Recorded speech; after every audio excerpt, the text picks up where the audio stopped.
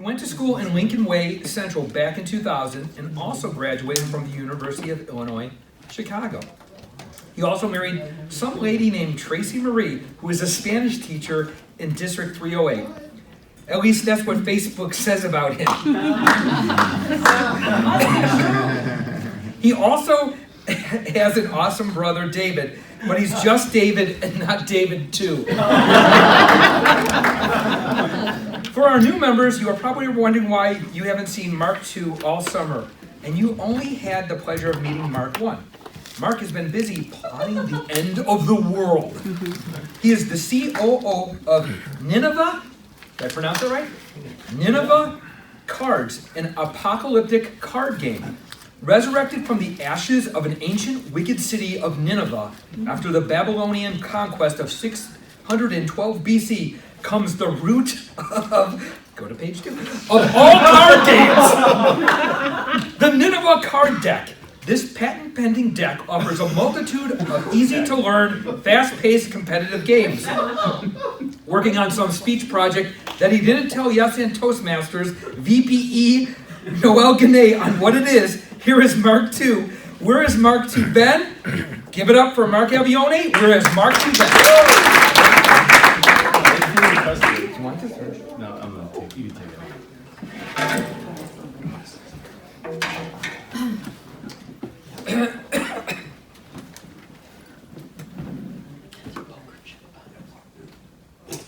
Michael, could I use you for a second? Do you want to stand up? Sure. All right, would you mind just picking this up and holding this?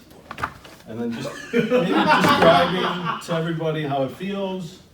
Feels like there's some poker chips in it. That's what comes to mind. It's a little heavy. Is it heavier than you probably expected? A little bit heavier than I expected, sure. Okay. Maybe some money in here. I'm gonna guess cards, but just all right. Well, thank you. Can we give them a round of applause? Fellow Toastmasters and honored guests, we'll come back to this in a moment, but today I would like to talk to everyone about where Mark 2 has been, and of course that's myself. As you may have known, I've missed several meetings, one of which Garrett made me drive down to Notre Dame for him to get some tickets. True story. I ended up missing a meeting because of that, so blame that on him. But other than that, I've been extremely busy this summer with my new venture. I think last time I spoke, which was actually a year ago, at the first meeting, I was talking about my previous new venture, which was real estate. That hasn't worked out so great. So now I'm on to a new venture with a friend of mine who invented a deck of cards, unbelievable or not. And this was about 6 years ago. I met him in a poker league, and we've been friends ever since. He showed me this deck of cards. I've always been interested in it. And more games started to develop from this deck of cards, and this was something I wanted to get behind and started to help him out with this. And so this summer, created a partnership with him. He's more the design guy, I'm more the marketing guy. We came together, and this card game that we developed is going great. Garrett pretty much summed it all up. I didn't write any of that, by the way. He went on my website, found all that information, and it is a deck of cards, 2 suits. One suit is more powerful than the other suit, but it also has 1/3 fewer cards than the other suit. So it's 2/3 blue cards and 1/3 red cards, but the blue cards tend to be lower in numbers, and the red cards tend to be higher in numbers. So it's like a regular deck of cards, and you could create many different games with it. And that's why I love the deck so much. Well, this summer I found out there was an opportunity to attend Gen Con with our deck of cards. And we would attend play test sessions in which groups of 8 people would come down and sit at our table for 2 hours. We booked 8 of these, or actually 8 hours of play test sessions. So we actually booked 4 sessions over the course of the weekend. And that's what I'm going to talk to you guys about today, is our experience at Gen Con. Gen Con is the biggest gaming festival or expo in this country. And it's board games everywhere if you go there. So day one, we got up, we left around noon. We didn't have to be there for our first session until about 6 o'clock at night. We were driving from Chicago. The event takes place in Indianapolis. We were making great time, everything was working out great. We arrived at our hotel, which was about 30 miles outside of the city, unfortunately. We were working on a very low budget. And in fact, when I saw an email earlier in the week about a parking deal in which I could park every day for $12, I jumped at it because I just figured the rates in the city were ridiculous. So I took that opportunity, I booked a real cheap hotel, and we just made a very inexpensive trip out of this. So we were at the hotel, and I'm looking over some documents. We're pretty comfortable because we're not in a huge rush.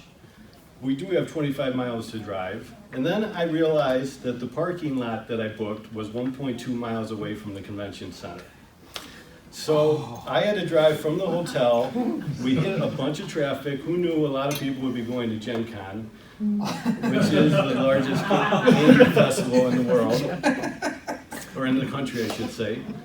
And when we had to change plans because we were kind of too close at that point, and I would drop my partner John off at the convention. I would just go park, and I decided I would just walk it back to the convention, 1.2 miles, I could do it. So I drop off John at the convention. It's getting pretty tight now. We're about 30 minutes here. And I knew John was there with everything, and he was able to set up the play sessions if we needed to. So I park in the parking lot, 1.2 miles away, and then I forgot one thing, the poker chips. Okay, so I'm like, you know what, I'm just gonna take these. I'm gonna walk with these to Gen Con. Not a big deal, I could do stuff like this. So I started walking. The attendant said walk all the way down to Illinois and then take a left. I started doing that. And it was a lot longer than I expected. And this started to get heavier and heavier. And then all of a sudden I get a phone call from John saying they won't let me have the badges. And then I started running.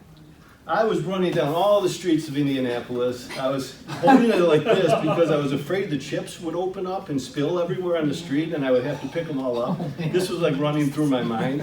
So I was running, switching hands, running along, and finally I made it. We were able to get the badges with 3 minutes to spare. They would have gave up our table if I didn't make it there with 3 minutes to spare. The 2 play sessions that night went fantastic. And all the players just loved it. So now that brings us to day number 2. We have a completely new plan. I would drop off John. I would still park in the parking lot. But I would take these scooters, which I saw everywhere. I don't know why I didn't take a scooter to begin with. You could just take these scooters and drive them around. All these people driving scooters around. The first day I'm like, I can't believe there's so many scooters. How do so many people have scooters? It wasn't until I got back at the car that I realized that you could just rent these scooters. So day 2, I decided that's what I'm gonna do. I'm gonna take a scooter. Luckily, I dropped off the chips this time, so I didn't have anything else secure.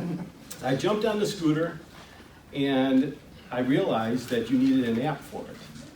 Okay, so that takes some time. I gotta download this app. I add in a credit card. That takes a good 15 minutes or so. I'm trying to figure out how to get the thing started. I finally get it started, and I'm 1.2 miles away, so I kind of need some GPS to figure out how to get to this place. So I'm juggling my GPS, and I finally get going on the scooter. I'm moving along, it's kind of fun, and I crash into a bush. Completely wipe out. I just picked myself up real fast like nothing happened. And I just continued on. I kept my phone in my pocket, and I just kind of winged it to get to the place. And I just made it again with a few minutes to spare, but luckily John was there in case I was late. He was able to manage the tables. And then we had another great play session that day. We had 2 great play sessions, a lot of great feedback for our card deck. And at that point, I decided I would just walk it back to the car one more time. And that brings us to day number 3, our final day at Gen Con. New plan again. This time we would park in a garage right next to the convention. Forget the parking lot 1.2 miles away. We don't need that anymore. And the funny thing is we pull into the parking garage, it was only $10. $2 cheaper than prepaid parking I paid for. And I had to pay for the scooter. A lot of you might be asking, why didn't you just call an Uber? Well, I actually don't really know how to use Uber. First of all, I've maybe used it once, and I probably have to update my credit card. And at one point, it was just sheer determination that got me to the expo. I knew I was going to make it with these poker chips by running there. So day 3 was a relaxing day. We were able to, no play testing, we were able to walk around the convention floor, check out some booths, and talk to people.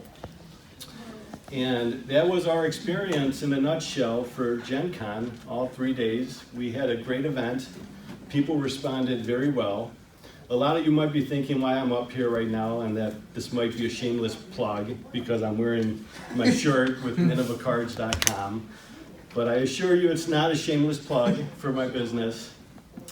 But I am looking for a couple things. We do need play testers. If anyone is looking to be a play tester and wants to host a game night.